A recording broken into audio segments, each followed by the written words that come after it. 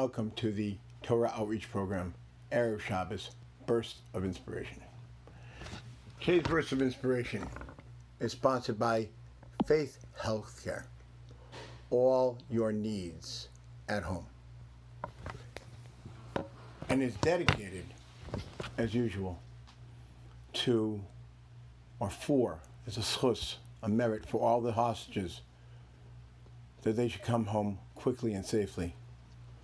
Our soldiers should be successful in their endeavors, and this horrible war should end. This week's Parsha, Parshas Re'eh,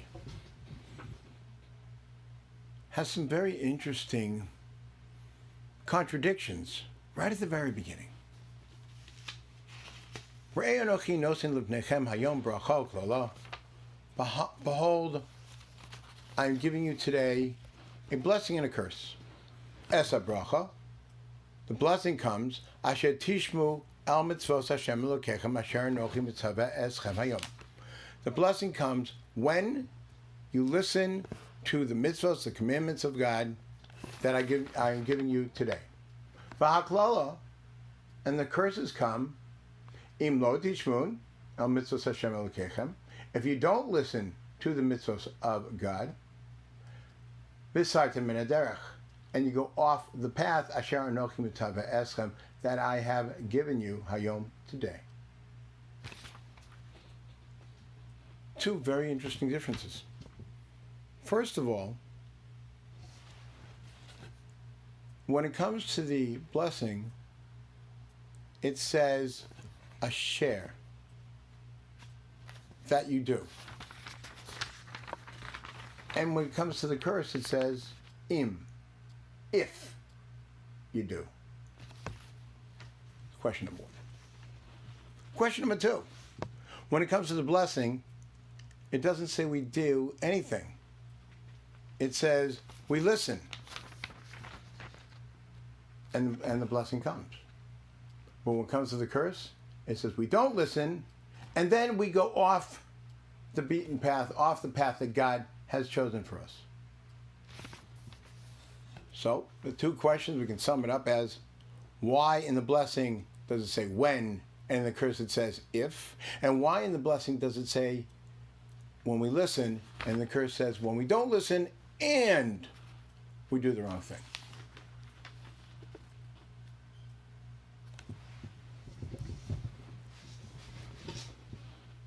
A great rabbi known as the Kli Yakar on the Chumash explains both these questions, or answers both these questions so beautifully. What is it we're expected to do in order to get that blessing? Listen. When you hear something inspiring and you want to do the right thing, you haven't done anything yet. Or when you have an intention to do the right thing and you get distracted or something comes up, you haven't done anything, but you still get God's blessing. Now, part of the blessing is the ability to do what it is that you plan on doing. But when it comes to the curse, I want to do the wrong thing, but something happens, I'm not able to do it. God doesn't count that. He doesn't count bad intentions. He only counts bad actions. But when it comes to doing the right thing, not only does he count the intention, but he blesses us for it. Just because we want to. Because he knows that in the heart of every single one of us is a spark, is a will and a drive to do the right thing, but just outside influences are holding us back. But everyone has that moment of inspiration At some time, everyone, no matter who you are, you have that moment of inspiration. I want to be better. I want to be closer to God. I want to follow His Torah. I want to do this mitzvah specifically. Just by saying those, by thinking those words, you get God's blessing. But take that blessing. Go with it. Don't let it pass. Go with that thought, and you'll see God's blessings behind you. When it comes to the curse,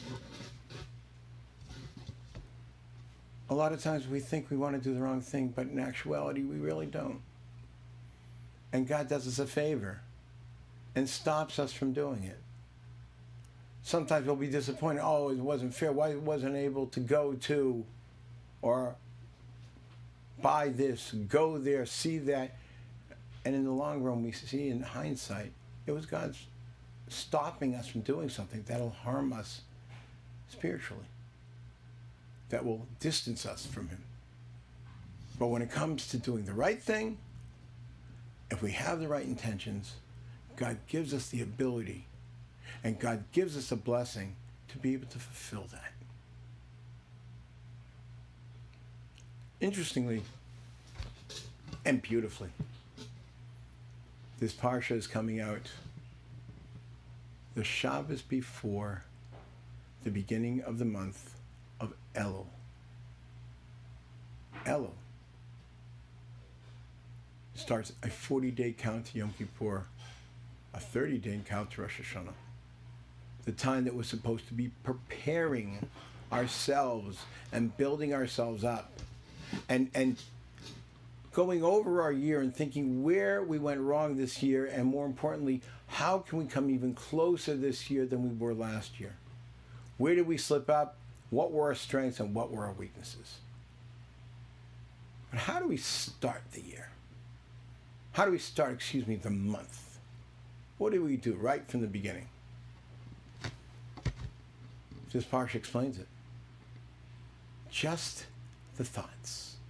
Just the inspiration. That's all that God's looking for. The name Elul is a mnemonic. It stands for Ani, I, Lidodi, am for my beloved, Vidodi, and my beloved, Li, is for me. I do for my beloved, I do for God, and He'll do for me. What do I do for God? What do I have to do? This parsha says it. Take the inspiration. Think. Here's something. Even this speech right now. Listen to it. Be inspired and think, I want to be better. I want to improve my life. I want to get closer to God. There you have it. You have God's blessing. And from that, take it and run. Build on it. And then we can go into a year of absolute blessing.